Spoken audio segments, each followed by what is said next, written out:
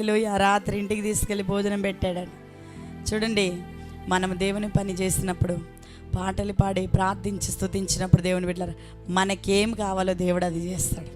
గొప్ప గొప్ప రాజులతో, అధికారులతో దేవుడు మనకు ఆ కార్యాన్ని జరిగిస్తాడు. దేవుని బిడ్డలారా, పౌలు శిలలు వేడుకోలేదు ఆ జైలు అధికారిని, పౌలు శిలలు వేడుకోలేదు, కానీ దేవుడే అక్కడ కార్యం చేశాడు.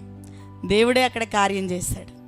దేవుడే ఆ జైలు అధికారి గాయాలు గడిగేలాగా, భోజనం పెట్టేలాగా, ఆ రాత్రి ఎవరండి ఆ పనులు చేయగలరు? ఒక అధికారంలో ఉన్న వ్యక్తి మరీ చేయలేడు.